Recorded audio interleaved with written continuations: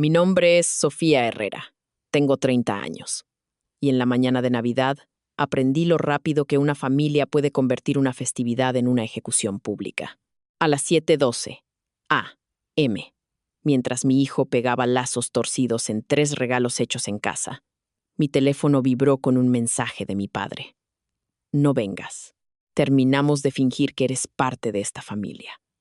Estás muerta para nosotros. Lo leí 2 veces, esperando que las palabras cambiaran. No lo hicieron. Así que, de todos modos, subí los regalos a mi vieja camioneta y conduje hasta la casa frente al mar donde había pasado cada Navidad de mi infancia. Pensé que la vergüenza le había hecho escribir esas palabras. Pensé que quizás, cara a cara, alguien recordaría que un niño pequeño estaba involucrado. En cambio, mi madre abrió la puerta y gritó: «Te dije que no. Lárgate de mi propiedad». Mis hermanos estaban adentro, riendo lo suficientemente alto como para que mi hijo los oyera. Una lata de cerveza voló por encima de mi hombro y golpeó la barandilla del porche. «¡Seguridad!», gritó mi hermana. «¡Tenemos una intrusa! ¡Llama al 911!». Luego, mi madre arrojó nuestros regalos al jardín mojado y los pisoteó como si fueran basura. Los vecinos salieron con los teléfonos en alto. Mi padre se paró detrás de ella y dijo: «No vuelvas hasta que no seas una vergüenza andante. De hecho, simplemente no vuelvas nunca». Miré el papel aplastado. Tomé la mano de mi hijo. Sonreí y dije: «Todos ustedes se arrepentirán de esto». 2 semanas después, a las 11:30 p.m., mi teléfono explotó. 53 mensajes desesperados, 68 llamadas perdidas y buzones de voz llenos de sollozos y gritos. Antes de contarte lo que decía y lo que sucedió después de que me fui, dime qué hora es para ti en este momento y desde dónde estás viendo. Quiero saber qué tan lejos viaja esta historia. Había pasado la mayor parte de mi vida adulta siendo llamada difícil por personas que solo me querían cuando era útil. En Veracruz, el apellido Herrera significaba barcos camaroneros, concesiones de muelles, fotos familiares en el periódico local y una vieja respetabilidad costera que parecía limpia desde la calle y podrida por dentro.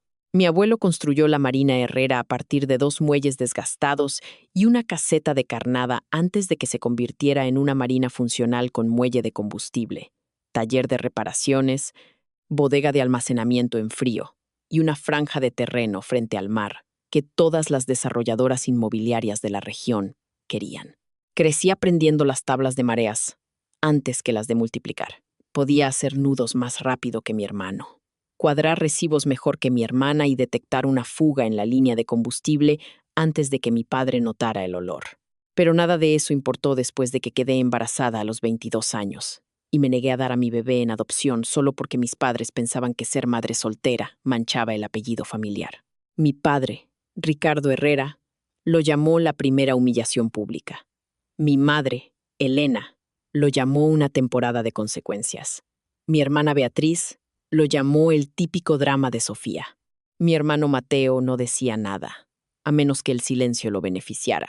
La ruptura final llegó 2 años después, cuando un trabajador se lastimó en la marina y mi padre me pidió que recordara las cosas con cuidado para el informe del seguro. Quería que dijera que la barandilla de seguridad había sido reparada antes del accidente. No había sido así. Me negué a mentir y el reclamo le costó más dinero del que podía perdonar. Fue entonces cuando dejé de ser su hija y me convertí en su historia de advertencia favorita. Dejé el negocio familiar, estudié de noche y me convertí en investigadora de siniestros para seguros marítimos. Ese trabajo me enseñó cómo las familias esconden dinero, cómo las empresas entierran responsabilidades y cómo la gente poderosa entra en pánico cuando un documento lleva su firma. Mi hijo, Leo, no sabía nada de eso. Sabía que el abuelo tenía una casa grande cerca de la marina. Sabía que la abuela le enviaba calcetines por correo cada diciembre. Sabía que tía Beatriz publicaba fotos familiares perfectas sobre tradición, fe y gratitud. No sabía que esas mismas personas lo despreciaban como a una deuda sin pagar. Esa mañana de Navidad, cuando recibí el mensaje, debería haberlo protegido quedándome en casa, pero el dolor puede hacerte negociar con la realidad. Me dije a mí misma que mi padre estaba enojado, no desalmado. Me dije que mi madre podría ver a Leo sosteniendo adornos hechos a mano y ablandarse, El viaje a la casa de mis padres tomó 40 minutos. Leo llevaba su suéter rojo con el reno torcido, el que decía que parecía valiente, pero confundido. Seguía preguntando si el abuelo todavía tenía los barcos a escala y si la abuela haría chocolate caliente. Yo sonreía al parabrisas porque no podía confiar en mi rostro. Cuando giramos en el paseo del malecón, vi demasiados autos afuera de la casa de mis padres. Autos familiares, una camioneta de lujo negra, una pickup blanca con el logo de una desarrolladora y un sedán plateado que reconocí del juzgado local. Algo en esa alineación me apretó el estómago. La mañana de Navidad nunca era solo Navidad en la casa de mi padre. Siempre había una transacción bajo la mesa, siempre un apretón de manos en el pasillo. Leo susurró. ¡Wow! Vinieron todos. Me estacioné detrás de los setos mojados, tomé los regalos y me recordé a mí misma que debía respirar. No sabía que estaban celebrando la venta de la Marina Herrera. No sabía que mi padre había usado mi ausencia para borrar mi nombre de un fideicomiso que mi abuelo creó antes de morir. No sabía que lo único que se interponía entre mi familia y un acuerdo multimillonario era una cláusula enterrada en documentos que pensaban que nunca encontraría. Todo lo que sabía era que mi hijo estaba subiendo esos escalones del porche con esperanza en ambas manos, y yo estaba a punto de ver a mi familia aplastarla frente a testigos. La puerta principal se abrió antes de que tocara 2 veces. Mi madre estaba allí, con un suéter color crema, perlas en el cuello, el lápiz labial perfecto, el rostro torcido con el tipo de asco que la gente reserva para algo muerto en la acera. Detrás de ella, una luz cálida se derramaba sobre los pisos pulidos. Olía a canela, jamón, café y velas caras. Escuché que las risas se detenían y luego se reanudaban en susurros. Leo levantó su bolsa de regalo y dijo: «Feliz Navidad, abuela». Mi madre no lo miró. Miró por encima de mi hombro, comprobando cuánto daño ya había hecho mi presencia. «Te dije que no», siseó. «Lárgate de mi propiedad». Mantuve la voz baja. «Mamá, por favor, es Navidad. Leo te hizo algo». Ella golpeó la bolsa de regalo de mi mano con tanta fuerza que un adorno rodó por el porche y se rompió contra un escalón. Leo se estremeció. Ese sonido me hizo algo. Fue pequeño, solo un vidrio, rompiéndose, pero se sintió como una respuesta divina. Deja de rogarle a esta gente que sea humana. Luego, Beatriz apareció detrás de mi madre con un pijama de satén rojo, sosteniendo una cerveza aunque no eran ni las 9 de la mañana. «No puede ser», dijo en voz alta. «De verdad vino. Te dije que vendría». Sofía no entiende de límites a menos que alguien se los ponga por escrito y los notarice. Mateo se rió cerca de la chimenea. Vi a primos, parientes políticos y gente que no reconocía tratando de asomarse sin parecer involucrados. Leo susurró. «Mamá, ¿hice algo?» Puse una mano en su hombro. «No, mi amor». Fue entonces cuando la lata de cerveza voló. No me golpeó, pero el líquido frío me salpicó la manga. Beatriz levantó ambas manos y gritó: «¡Seguridad! Tenemos una intrusa. Que alguien llame al 911 antes de que empiece a robarse los cubiertos». Una vecina de enfrente salió a su porche con el teléfono en alto. Luego otra. Luego un hombre que paseaba a su perro disminuyó la velocidad y comenzó a grabar. Mi padre finalmente llegó a la puerta. Ricardo Herrera siempre supo cómo hacer una entrada. Cabello cano peinado hacia atrás. Reloj caro. Suéter azul marino. La expresión de un hombre que creía que cada habitación le debía obediencia. Miró a Leo, luego a mí, y de alguna manera nos hizo sentir a ambos más pequeños. «Se te dijo que no vinieras», dijo. Mi voz se mantuvo firme. «Le dijiste a tu hija que estaba muerta para ti en la mañana de Navidad. Quería asegurarme de que lo decías en serio». Su mandíbula se tensó. «No vengas a actuar con moralidad en mi porche. Tomaste tus decisiones. Humillaste a esta familia. Te negaste a respetarme. Ahora quieres traer a ese niño aquí y usarlo como palanca emocional».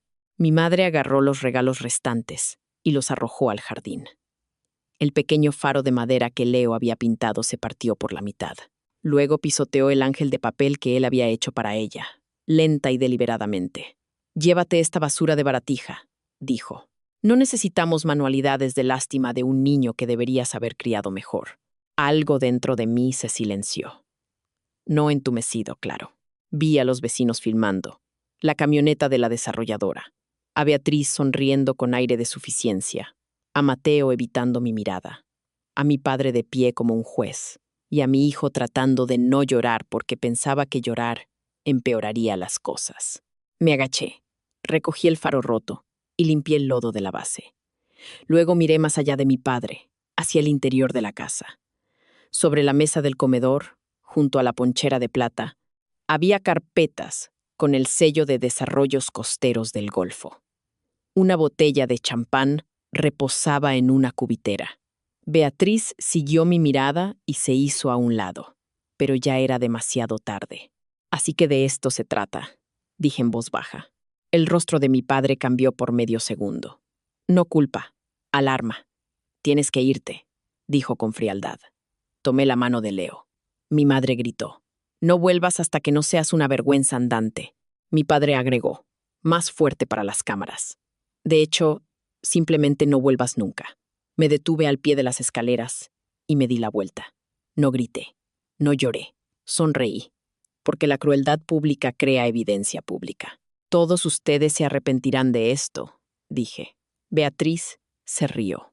Mateo murmuró. Claro, Sofía. Mi padre cerró la puerta de golpe.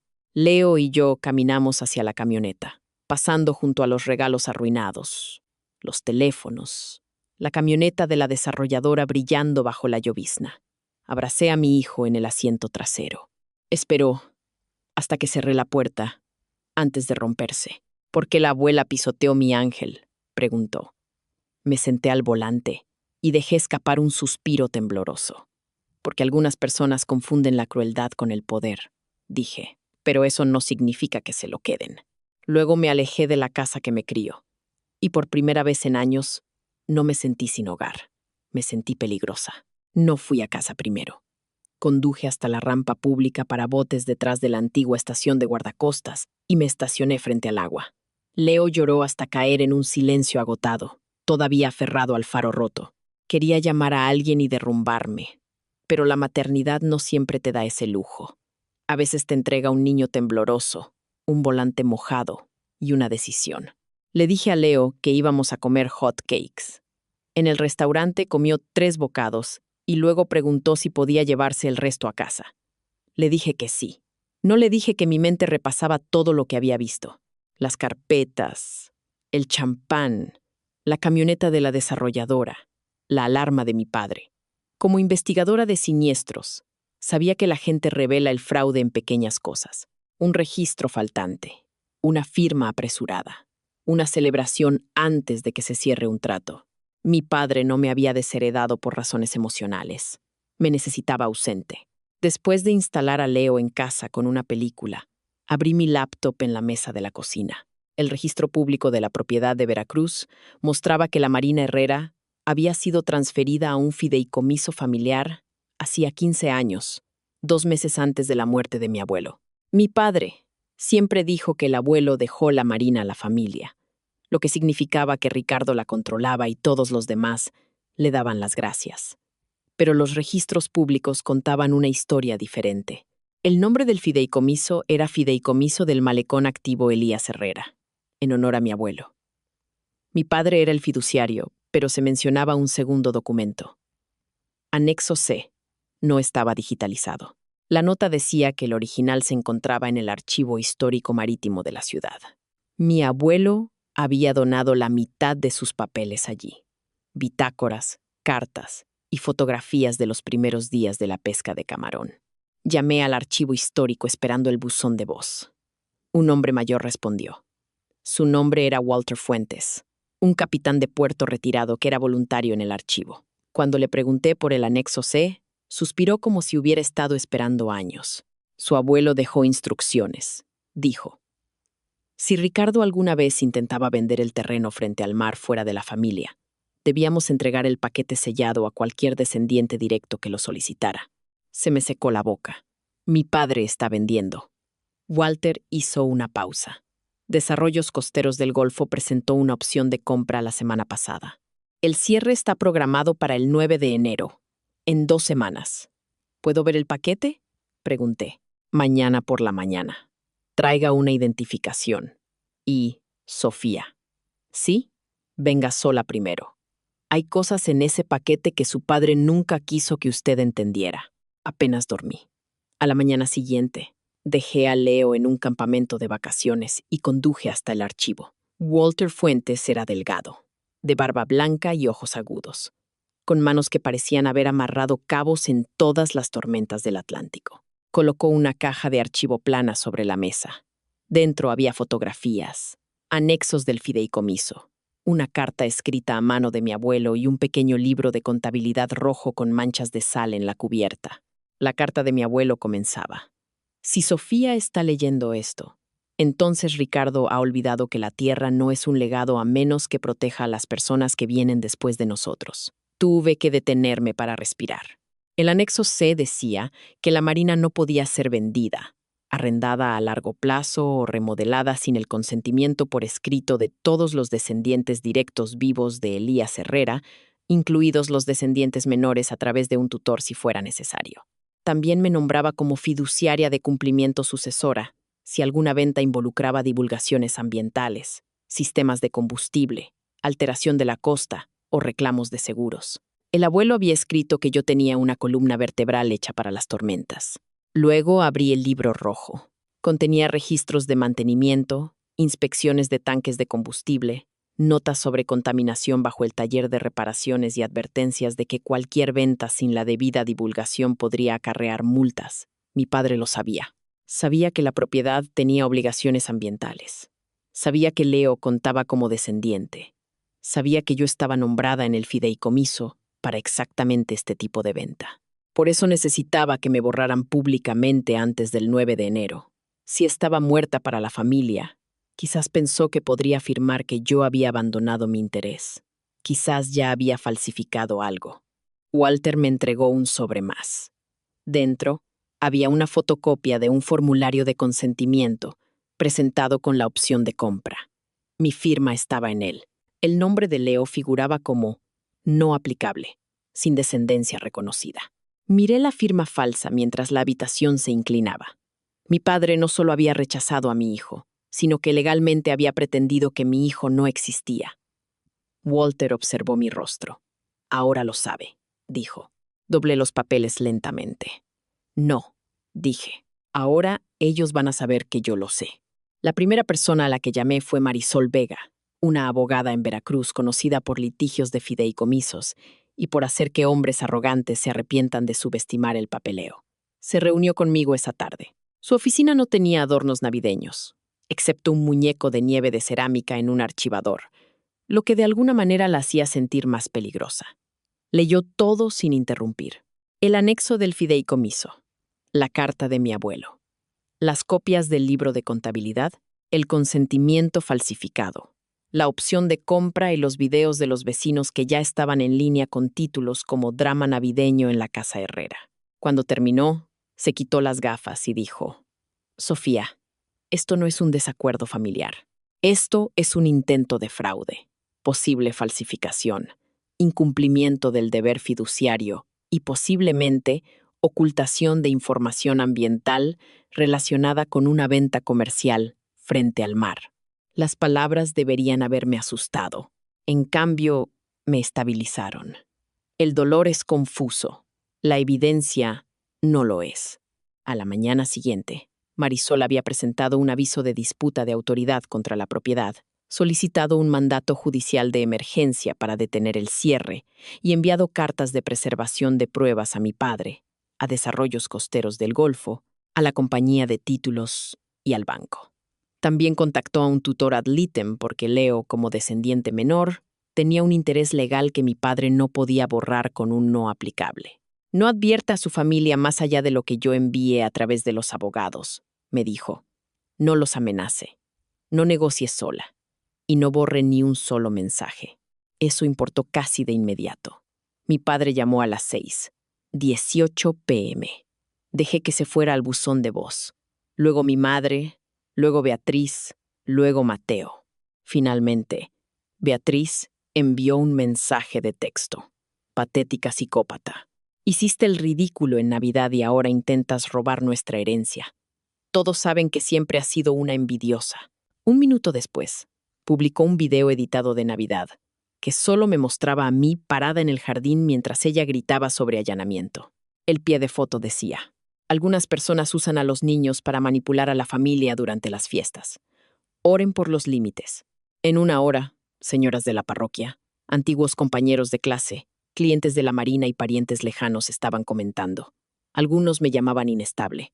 Algunos decían que debería avergonzarme. Beatriz siempre había sido buena para vestir la crueldad con lenguaje moral, pero olvidó a qué me dedicaba yo.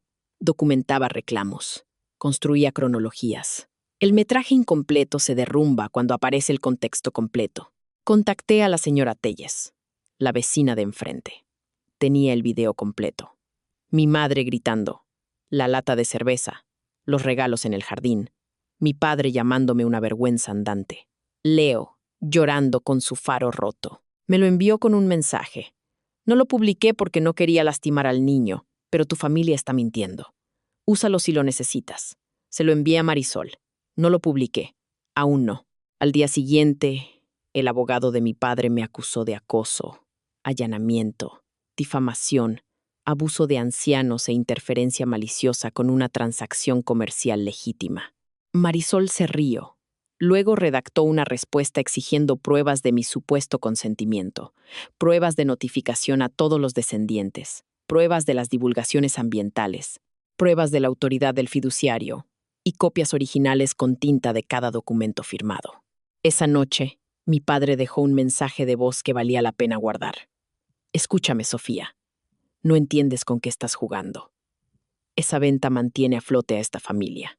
Si la destruyes, me aseguraré de que todos en esta ciudad sepan exactamente lo que eres. Les diré que engañaste a un hombre con un bebé, que mentiste durante el reclamo de la Marina hace años, que has sido inestable desde que eras una niña.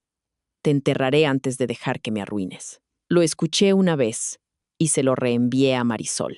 Respondió con 3 palabras. Excelente. Guardé todo. Durante los siguientes 10 días, mi vida se convirtió en una pantalla dividida. De día, preparaba el desayuno para Leo, lo ayudaba a pegar el faro roto y le decía que nada de esto era su culpa. De noche, escaneaba documentos, reconstruía cronologías, revisaba archivos del condado y observaba a mi familia desmoronarse a través de mensajes que ellos pensaban que los hacían parecer justos. Mateo envió: solo firma lo que papá necesite. No hagas esto más grande. Mi madre envió: una buena hija sabría cuándo detenerse. Beatriz envió notas de voz llenas de sollozos falsos, luego insultos, luego más sollozos falsos. Ninguno de ellos se disculpó con Leo, ni una sola vez. El 7 de enero, 2 días antes del cierre, la audiencia del mandato judicial se llevó a cabo por videoconferencia de emergencia. La desarrolladora afirmó que eran compradores inocentes. La compañía de títulos afirmó que se basaron en los documentos de mi padre. El abogado de mi padre afirmó que yo estaba distanciada y motivada por la venganza. Marisol compartió el anexo del fideicomiso, el consentimiento falsificado, el video completo de Navidad y el libro rojo que mostraba posibles problemas ambientales bajo el taller. El juez no parecía divertido. El cierre quedó congelado, pendiente de investigación. La aseguradora de títulos abrió una revisión por fraude. El banco suspendió el financiamiento. La Oficina Estatal de Medio Ambiente solicitó registros sobre los viejos tanques de combustible.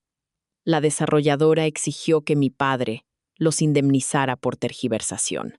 Esa noche, mi teléfono estuvo en silencio por primera vez en semanas. Sin insultos, sin capturas de pantalla de versículos bíblicos de mi madre, sin publicaciones de Beatriz. Silencio. Sabía lo suficiente sobre reclamos para reconocer ese silencio. No era paz. Era la inhalación profunda antes del pánico. 2 noches después, a las 11:30 p.m., llegó el pánico. Mi teléfono comenzó a vibrar tan violentamente en mi mesita de noche que pensé que había una alerta sísmica. Lo alcancé medio dormida y vi el nombre de mi padre, luego el de mi madre. luego el de Beatriz, luego el de Mateo. Las llamadas perdidas se apilaban en la pantalla hasta que el número dejó de parecer real. 17, 29, 46, 60 y 8. Los mensajes de texto llegaban más rápido de lo que podía leerlos. Llámame ahora. Esto es serio. No entiendes lo que has hecho. Por favor, Sofía. Papá no puede respirar. Mamá está histérica. La desarrolladora se retiró. El banco congeló todo. El Estado envió inspectores. Contesta tu teléfono. Luego aparecieron los mensajes de voz. Beatriz sollozaba en uno. Gritaba en otro. Mateo sonaba aterrorizado. Mi madre seguía diciendo, todavía somos tu familia, como si la repetición pudiera resucitar la palabra después de que ella había pisoteado el regalo de Navidad de mi hijo en el lodo. El primer mensaje de voz de mi padre fue de rabia. El segundo fue de negociación. El tercero fue el que guardé en una carpeta separada. Dijo, Sofía, escucha, las cuentas de la Marina están bloqueadas. La desarrolladora exige un depósito en garantía por daños. La gente de medio ambiente está preguntando por los tanques viejos. Dicen que como estás nombrada fiduciaria de cumplimiento sucesora y porque trabajas en reclamos marítimos, tienes que revisar el plan de remediación o el tribunal nombrará un administrador externo. Si eso sucede, perdemos el control operativo. Lo perdemos todo. Necesito que me devuelvas la llamada. No dijo lo siento. Dijo necesito. La gente como mi padre a menudo confunde las dos cosas. Al otro lado del pasillo, Leo dormía con el faro reparado en su cómoda. Había pintado una línea dorada sobre la grieta porque dijo, las cosas rotas se ven más fuertes cuando puedes ver por dónde sobrevivieron. Pensé en esa línea dorada mientras mi familia me rogaba que salvara el negocio que habían intentado robarle a él. Llamé a Marisol. No les devuelvas la llamada emocionalmente, dijo. Respondemos por escrito. ¿Qué quieres? La pregunta me detuvo. 2 semanas antes podría haber dicho que quería una disculpa. Quería que mi madre abrazara a Leo. Quería que mi padre admitiera que había ido demasiado lejos.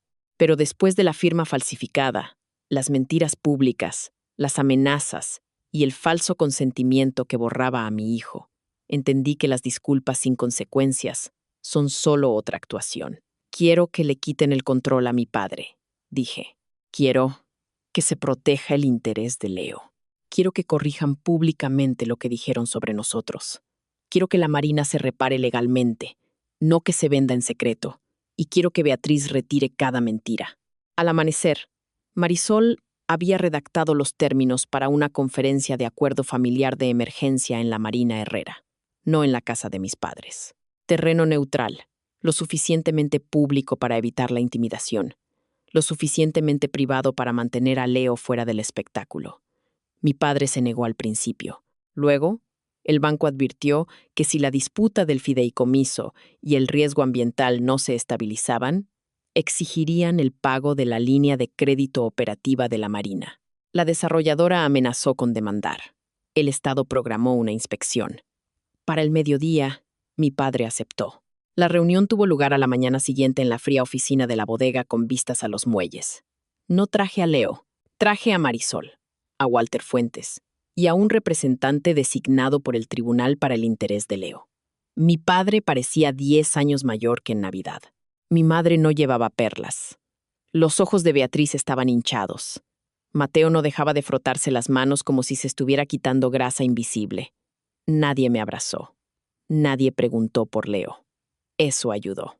Mi padre abrió con un «Esto ha llegado demasiado lejos». Marisol cerró su carpeta. Señor Herrera, con todo respeto, apenas ha comenzado. Expuso las consecuencias una por una. El consentimiento falsificado podría dar lugar a una denuncia penal.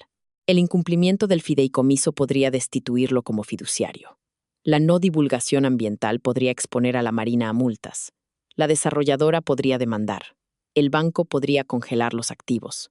El tribunal podría nombrar un administrador para controlar cada tarifa de muelle, venta de combustible, arrendamiento y factura de reparación. Mi madre susurró. Sofía, por favor. Recordé cómo aplastó el ángel de papel de Leo. ¿Por favor qué? Pregunté. Ella tragó saliva. Por favor, no destruyas a tu padre. Ahí estaba. No era por favor, perdónanos por lastimar a tu hijo.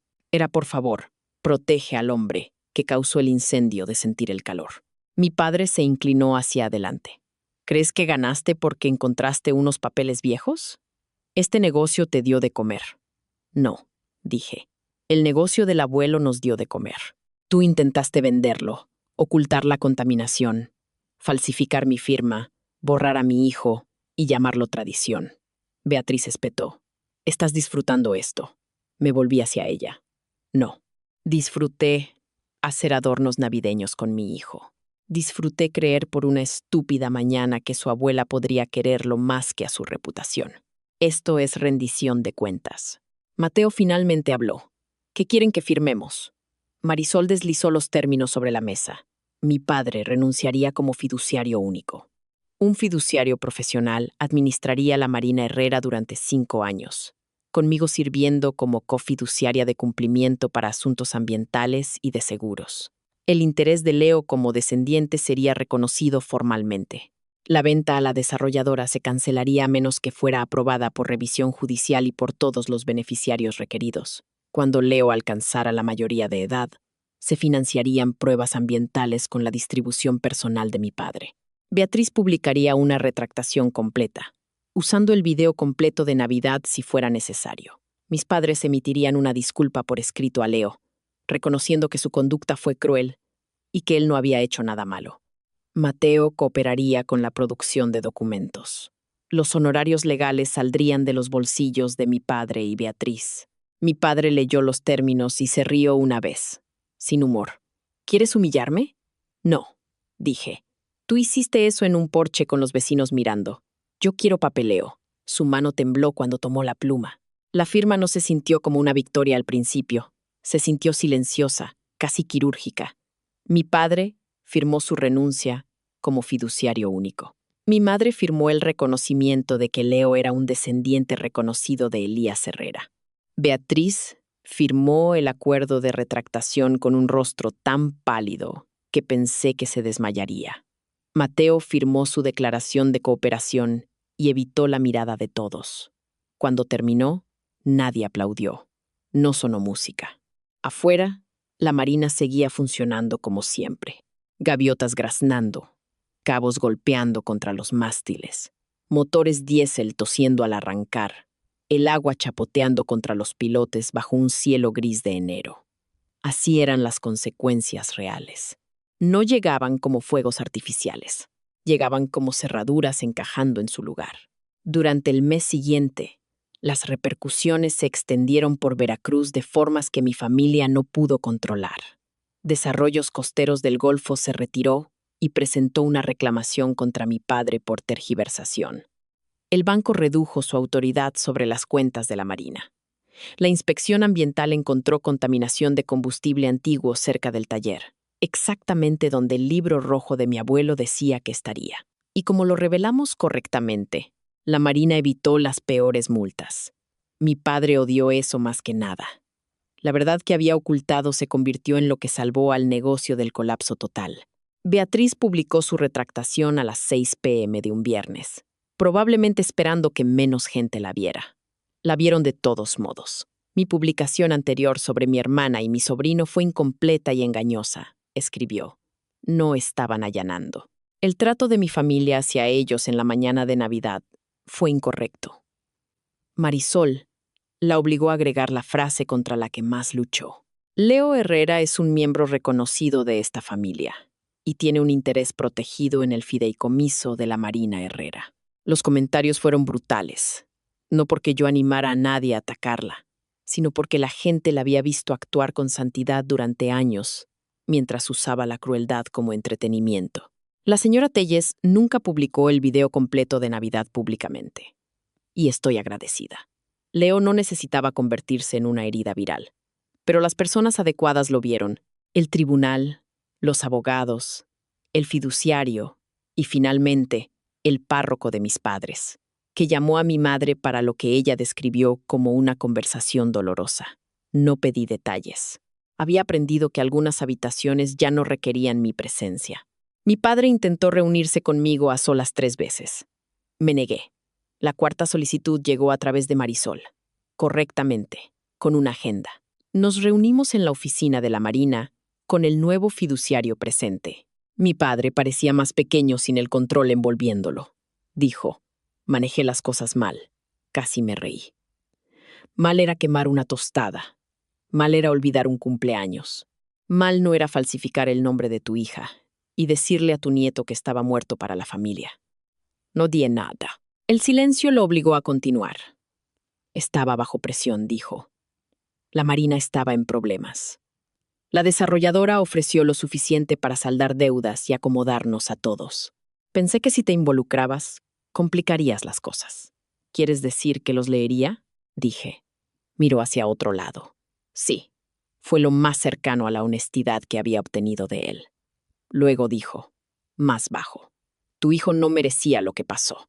Se me hizo un nudo en la garganta a pesar de todo. Hay momentos en que el niño dentro de ti todavía quiere la disculpa que el adulto sabe que es demasiado tarde. Dejé que ese niño lo sintiera por un respiro. Luego respondí como la madre de Leo. No, no lo merecía. Y no tienes acceso a él porque finalmente admitiste lo obvio. Si Leo alguna vez quiere una relación contigo, sucederá lentamente, de forma segura y en sus términos, no en los tuyos.